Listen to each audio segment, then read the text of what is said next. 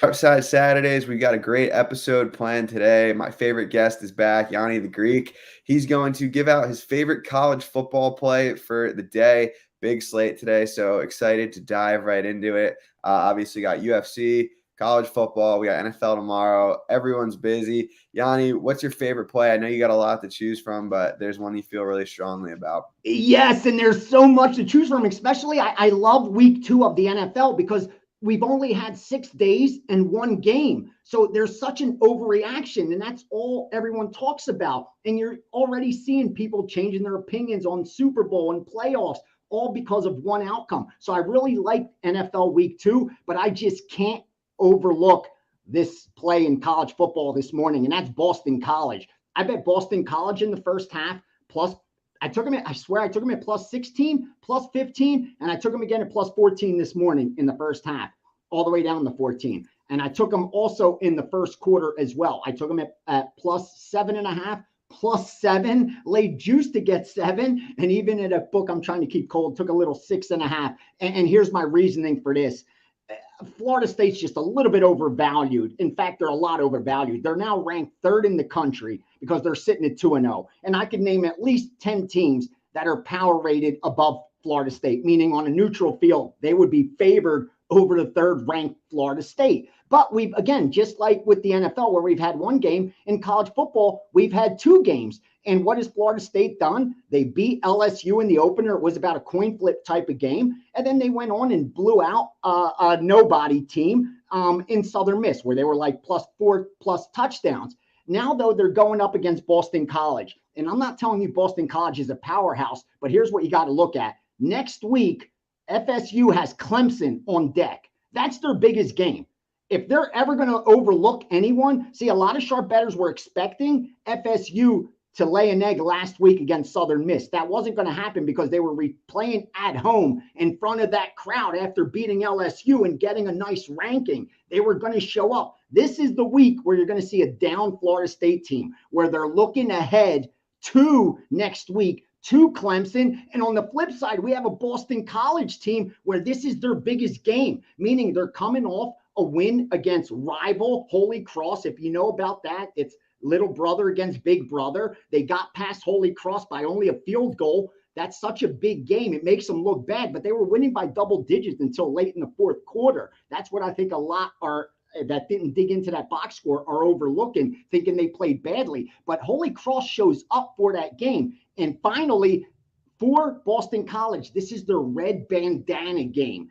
One of the where they salute someone that died in the towers on September 11th. It's a really big deal. And they're going to have a big ceremony. And even though you can't quantify that into the betting line, just like you can't quantify motivation, it does matter. You can factor it in a little bit, especially early on. Like you can't carry that for 3 hours, but you can carry that hype early on. Eventually, cream rises to the top. That's why I'm more confident betting the first half, betting the first quarter, than betting the full game. Because if Florida State can systematically break this team down and end up getting a cover, but I just think early on, you're going to see the best performance of Boston College and a lackluster performance of Florida State, who may have to wake up in the locker room at halftime and say, listen, we're number 3. We got to come out and beat this team, or it's not going to matter next week against Clemson. So let's take advantage of the early first half line, grab 2 touchdowns. This is way too generous,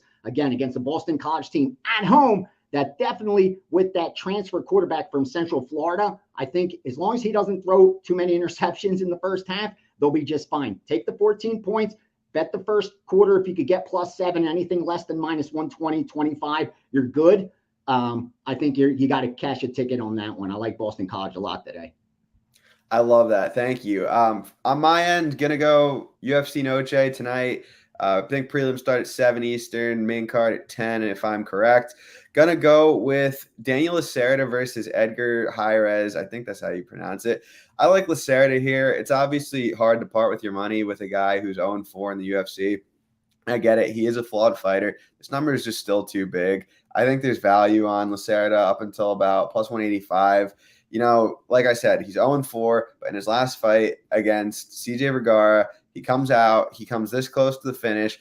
A different ref would have stopped it, and I just can't help can't help but think to myself, if nothing about that fight was different and the ref did stop it, this line would be completely different right now. You have Jairez coming into the UFC. His first fight, he just fought it. He lost it. He was a massive underdog against Tatsuro Taira. Taira, pretty highly rated prospect by a lot of people. I think people may just be overrating the fact that he survived with Taira. And I personally think a good spot to target is short notice fighters who come into the UFC. Or it doesn't even have to be short notice. Debutant fighters who come into the UFC and overperform on a loss, and they're typically overvalued on their next fight because a lot of people are expecting them to just be terrible, for Taira to come out and submit him in round one. And again, let's not have revisionist history here. That was not a competitive fight between Taira and Edgar. He just so happened to survive for 15 minutes. I think there's value on this line up to plus 185. We know Lacerda is dangerous. He obviously has his flaws, being 0-4 in the UFC, but a lot of those fights were competitive, and I think we're looking a little bit too much at the results and a little bit less on the process. I think this is his most favorable matchup in the UFC, so why is he a plus 200, plus 190 against someone who's on paper an easier stylistic matchup than some of his prior ones? I like Lacerda as a dog here. Gianni, if it's cool with you, we'll stick around and answer a couple questions in the chat before we get back on our way. Is that all right? I'd love to. Yeah, please, Cool. please do. I got 5-10 minutes definitely to cover some things. I'd love to. Lacerda the king. That is the hope. Obviously, he's going to come out, give this guy hell. If Edgar outlasts him, if it turns into a war, I'm comfortable with my plus 200. Gianni, thanks for your gold last week in college football from Bet On It. Took your advice and swept. Also, thanks for your NFL teaser advice. I echo that as well. I love talking to you, as you know, about the teaser stuff recently, and you've been very helpful on social media. So obviously, a must follow. I'm sure everyone here is already following Gianni on Twitter, but yeah, you want to talk a little bit about that? Yeah, I appreciate it. Thank you, Jingles. I'm glad you cashed, my man. The truth is, you have to put yourself to bet from a position of strength.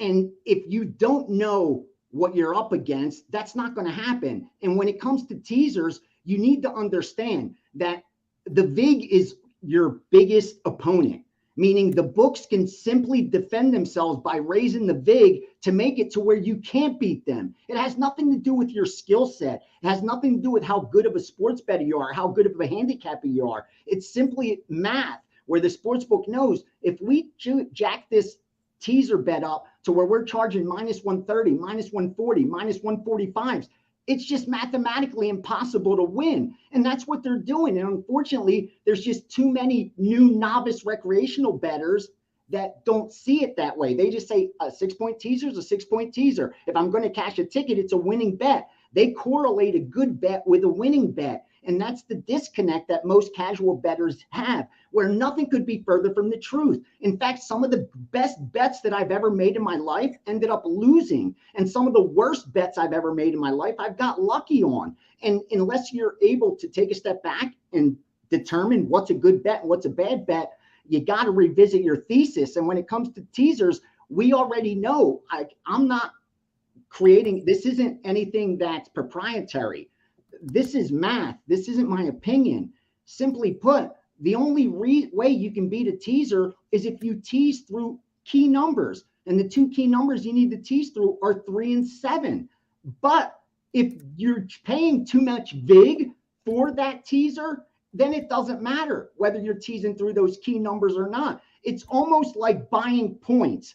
And I see it all the time where a bettor wants to take a team at minus 3, and they think they're getting them at minus 3 because they paid 150 for it. You're not getting minus 3. If the point spread's minus 4.5 and you buy it down to minus 3, minus 150, you're not getting minus 3.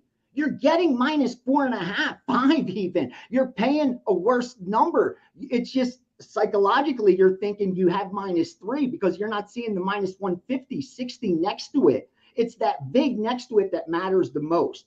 That's our biggest challenge that we as bettors need to overcome. If we can't overcome that house edge, that hold, then we have no shot. It's all this handicapping, all the analysis is irrelevant. Because again, all the casino has to do is raise that big, and none of us could win. Not Andrew, not me, not Billy Walters in NFL, not anyone. If the book just tomorrow said, you know what, no more 11-5, it's now 6-5. You now have to lay 120 to win 100 on straight bets. I rest assured bettors would still go to the window and lay 6-5. Sharp bettors like us would be out of business. We'd be done. But the sports books would be just fine. Just like if you walk through the casino next time you're in Vegas and look at the blackjack tables and see how many of them are dealing 3-2 blackjack. They've gone to 6-5. Why? Because the player doesn't realize the difference. They're like, what's the difference if I get a blackjack between 3-2 or 6-5? The difference is at 3-2, I could beat you. At 6-5, I can't beat you. It's wiped out 99% of card counting groups because that extra 2% edge added to the house is the whole edge that any card counter has. You have about a 1.5%, 2% edge. So by just changing one little rule, by changing blackjack from 3-2 to 6-5, they made it unbeatable for guys like myself. And again, sports, they're doing the same thing. Instead of kicking guys like us out or limiting us, they're just simply jacking up that vig so that we don't play. And it's only square money that's betting it. Because a guy like you, you're never going to lay 130 on a teaser. There's no chance. But they're not after your money anyway, so they don't care. That's the problem. They're after the people's money that just don't know the difference between 130 and 140. Yeah, I won't even lay 120 on a teaser. I'll go through every account I have and find the handful that have minus 110, and I'll only bet them there just because I'm so nuts about the number that it's like I can't lay 120 knowing that if I really, really dig, I could find a minus 110 out there. I just can't do it. And the other thing I need to add, because you are, again, I keep it real. We tell you when I win, tell you when I lose, and I love that Andrew does the same. And you weren't having the best year. Like you're going back up and down. It's just, it is what it is. Here's the mistake that most bettors are going to make. They're going to jump off you at the wrong time. When you start seeing guys that were subscribers start unsubscribing or guys not buying anymore that monthly, that's capitulation. Rest assured, that's when you're going to turn it around and go on a heater. That's always what happens because I've been in this industry long enough and having equity in pick selling sites. I see buyers' tendencies. I see what they do. And sadly, most recreational bettors that buy picks, even buying picks from winning bet, because there are solid sources of information, really few of them, but there are winning touts out there. Andrew's one of them. But what bettors do is they wait for the hot streak. Meaning, and I see it with even they buy losing guys that are hot, let alone winning guys that are hot, but they wait for a hot streak and they jump on. That's the equivalent of buying Bitcoin at 69,000. Like how far higher is it going to go? Like when I started working with Andrew, he had won like 300 units over the last couple of years, I believe, 2 or 3 years. And that's not betting 10 unit, 20 unit plays. That's betting 1 unit and 2 unit plays at the max. So that's a lot of positions ahead. I knew going in that there's probably going to be a regression, that I need to know this going in. I need to manage my risk accordingly because this guy is just ran on such a heater. If I was graphing it as a stock, it would look like this. And that's just not sustainable. Eventually, there's going to be some chop. There's going to be some regression, and then he's going to make his way back further. That's just how it is. But unfortunately, most guys just don't have that patience and they jump off at the worst possible time. Instead, what you need to do, and again, I'm sorry, you could edit this out. I'm just saying for guys that are trying to get sources of information and win, instead, be proactive. If you see a guy that's like Andrew, that you know long-term, I'm investing in this guy, I'm going to win this with this guy. If you see that during these months, 2-3 months, he's struggling, take the initiative, lower your bet size a little bit, use some proper risk management, maybe go a little less, wait till he starts heating up. Like you have to be a little more proactive when you have access to winning information. It isn't just as easy as I'm going to take it and I'm going to click and I'm going to follow. Like you need to pay attention and take some responsibility because here's what's going to happen. I'm telling you now, you're going to heat up, you're going to get back up. You're probably going to end this year positive. We have 4 months left. I think it's probable. Even if it doesn't, it's irrelevant Because again, it's one big war with a bunch of battles. If you're going to, the only reason we go year by year is so that we could keep score somehow. That's the only reason. But really, it's your overall performance. And what's going to happen is you're going to get to like 400 units, 500 units. Then guys are going to jump on. It's going to be all this hype about Andrew. And again, like everyone else, you're going to have a little cold streak. And it's bad timing, unfortunately, for most bettors. They just aren't willing to go through the ups and downs. And you have to. If you aren't prepared to lose in this, you're never going to win. I'm not telling you to celebrate losing, but you need to understand that's going to be part of your journey and still be profitable. Dude, how many units are you up over the last 3 years? Over 100 for sure. I don't know off the top of my head. Over 100 units over the last 3 years. Again, you're going to have some regression. Like that is bound to happen.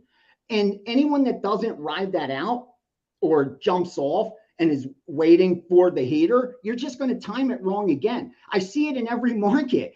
People wait to time things. You can't time the market. It's time in the market. Unless you're such a perfect trader, you're not going to get it right. What you need to do is just trust in the process, manage risk correctly, and think long term. Because I've just been seeing it's just unnecessary. Like you shouldn't even defend yourself when you're up so much over a big sample size. You need to defend yourself if it's over a small sample size. Like if all your winning came over 3 months and then over the last 3 years, like that's a different story. But when it comes over that big of a sample size, and again, I just know that there's a lot of guys watching this that are pay for information. I pay for information. Shit. I wish there were more sources like you that were as cheap as you for the information that I pay for. And I just, again, I hate when I see guys lose money when it's not necessary. Like you're unnecessarily losing money just because you're not willing to go through the entire process. Like, again, it just baffles me. I just keep seeing it over and over again. Because again, I see it from the back end. Guys that sell because they're hot, irrelevant of their long-term results. It's because they're 8-0 their last 8 plays. Like that has any relevance in their 9th play. Like that makes them higher probable they're going to win. No one asked that next question. Okay, how about before those 8 plays? How'd you do the 800 before that? Like, give me a little idea. So again, just never get too high, never get too low. You're going to go up, you're going to go down. The only thing you could do is zoom out, and numbers don't lie. And keep grinding, bro. Just keep grinding. Yeah, I appreciate it. And I've already seen a bunch of that. Like, I've been betting MMA seriously this is my 6th year doing it. I've been selling picks for 5 of those years. And every time there's so many like common themes. I've said on the show before and on other shows, I've had like 3 very cold streaks ever in like 6 years. And every time, you know how it goes, you come out through the end of it, whatever. People react the same way. Like people will leave when the cold streaks start and come back when you start winning again. And I always tell people it doesn't work like that. Like you're gambling essentially at that point. Exactly, you're gambling on that you're coming back for the big ones. And I've already had people in like such a short amount of time. I could see who subscribes and who unsubscribes, but it gives me a special notification when it's an old subscriber that comes back. And I've had like a very short, like a few winning events in a row now. And I've like, no joke, 2-3 weeks, I've already seen people come back who had left. And it's like, you left for 2-3 weeks that like won. And now what changed in those 2-3 weeks? Like nothing about me changed. Nothing about my process changed. Like all you did was just screw yourself out at 3 or 4 winning events in a row. So exactly. And now if you don't have a winning event, you can't time that stuff. That again, if there was a fund, it would be easy. People would just send their money, you invest it, they check in, they log in, they see how's the fund doing this week. Okay, it's a little down, no big deal. But I understand it because it is emotional. They're taking money out of their pocket, they're betting it, they're seeing a losing week, a second losing week, a third losing week. Then they're like, uh-oh, is it over? Is it? When it's like, dude, just take a step back. It's okay, 3 losing weeks and up over to 12 weeks, over 20 weeks, over 50 weeks. Like you can't just expect somebody to run hot when you feel like betting. You know what I mean? The week that you decide to bet, he should be running hot. It just doesn't work that way. There's just so few people. We were talking about this at dinner last night. So few people win. Like, so few people win. I told you, I'm part of sites that have 30, 50 cappers on them, that this is their job. Like, this is what they do. They say, I bet sports for a living, like, not a hobby, not this is my, something I'm trying to turn into full time. No, I'm a winning sports bettor. I sell packages. Dude, go look. We can't show more than the last 30 days. You can't even go back 6 months because it's going to be 2 names on there. That's just the truth, dude. That's not me bashing anyone in the industry or bashing the industry itself. That's just, again, you walk into the sports book, if there's 100 guys in there, 1, if you're lucky, 1 has positive lifetime earnings. Well, what do you think? The pick selling is going to be any different? That they're all just the guys that win, they just decided to sell picks? Or the content? I see the worst content out there, and I'm like, it should be that bad because it's coming from losing bettors. It's not coming from the 1% that win. We put very little content out there because it's so hard to win. You have to put so many hours in all the other shit you're doing. You're trading all day. People don't even know the stuff that you're doing. They just know you for AMMA, excuse me. They don't realize you're betting college football, NFL, baseball, first halves, 5 innings, props, all kind of stuff. All day. Of steam that you get of winning information, because of guys like me that want your MMA, so I'm willing to trade you for it. And I know there's a handful of guys like myself that are doing the same thing with you. That's just how this business works. But when you do find someone that win, and again, I'm not telling you to buy Andrew or something. This has nothing to do with that. I'm just saying it's so rare when you find a source of information that's actually profitable, that when you do, it's very valuable to you. Like, take advantage of it. Because I'm telling you, I've been here 30 years. I've seen all bettors all come. Guys with systems in sports, blackjack, craps, with roulette, with all kind of dreams. And still, the math hasn't changed. 99% of sports bettors are still losing, whether we have more technology today than we did 10 years ago. That hasn't changed that. And it's the same with other games.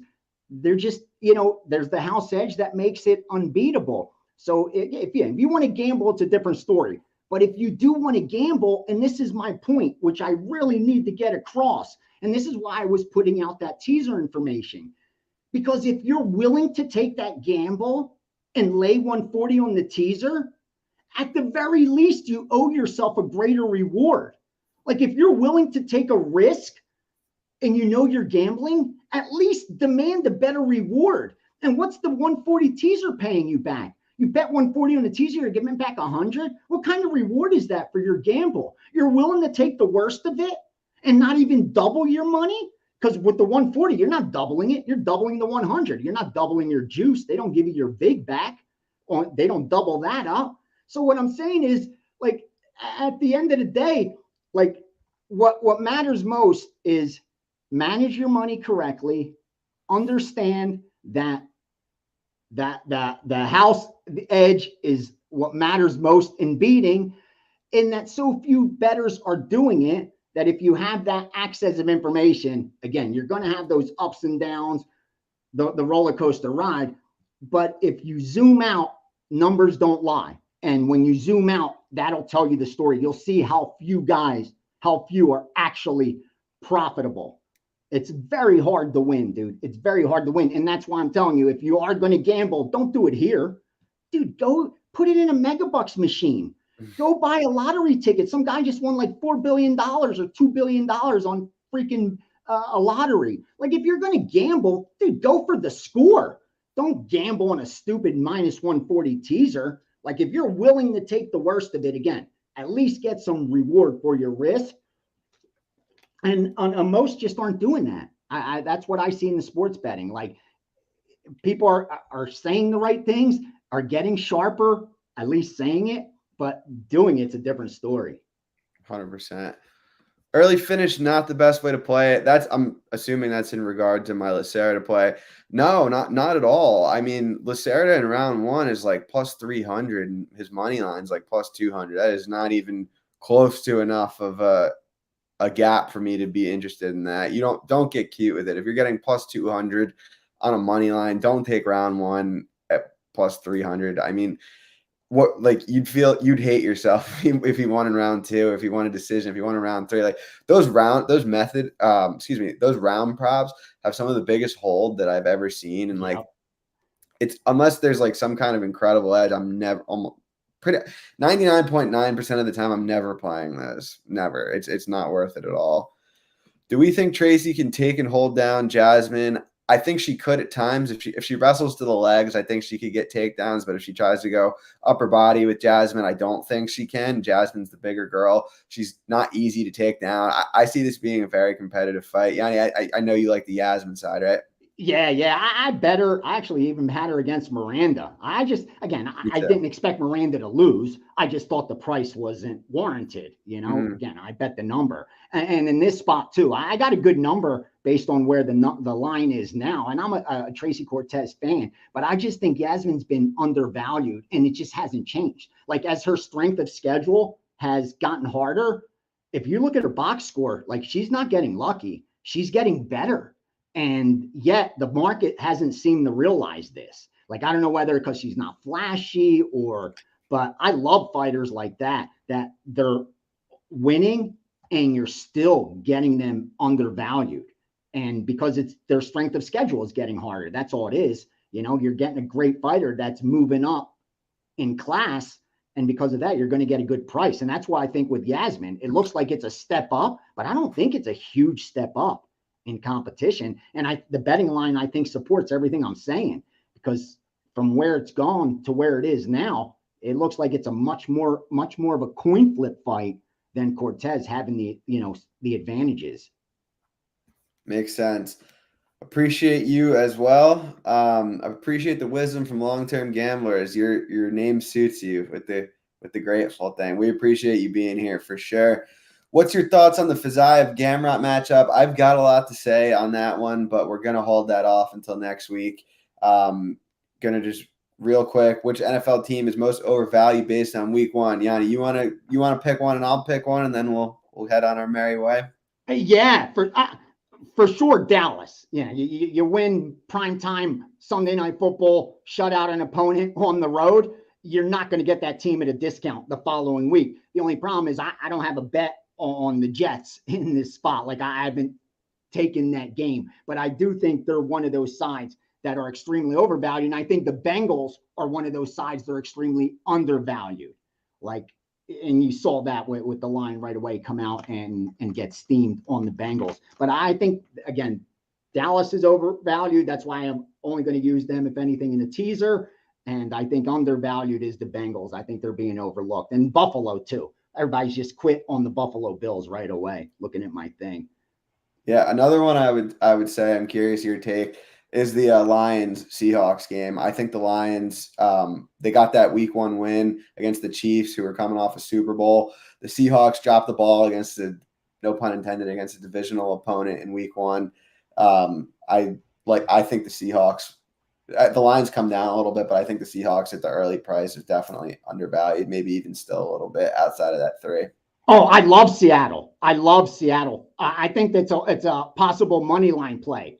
Like, it just looks like Detroit coming back home to celebrate the win. These are the kind of games that Detroit ends up somehow bumbling towards the end. And again, a perfect overreaction to a week one final. You had a Seattle team at home, 4-point favorites, ended up losing by 17. That's underperforming by almost 3 touchdowns. Yeah. You expect them to be undervalued, especially coming into week 2, where you don't have any sample size, any history for them in this year. The only history you have of them is failing at home as 4-point favorites. So yeah, I absolutely love that Seattle side for sure. Cool. Well, Gianni, thank you for being here as always, guys. Thank you for being in the chat, sticking with us. Please like and subscribe. We'll be back next Saturday and every Saturday at 10 a.m. Eastern time. Gianni, real quick, I'm sure they all follow you, but can you drop your Twitter handle really quick? Yeah, Greek_Gambler. Check me out. Reach out anytime. And again, appreciate you having me on. A little tired. There's just so much going on. It's one of these busy weeks, and now we have football. So forgive me if I'm a little bit all over the place and then plays are coming in. But I love doing this with you. I love spending some time and more importantly, talking to the bettors out there who support us. Thank you guys. And again, whether you follow, fade, or ignore the information, I just hope you cash them, man. Make some money today. Amen. See you guys next week.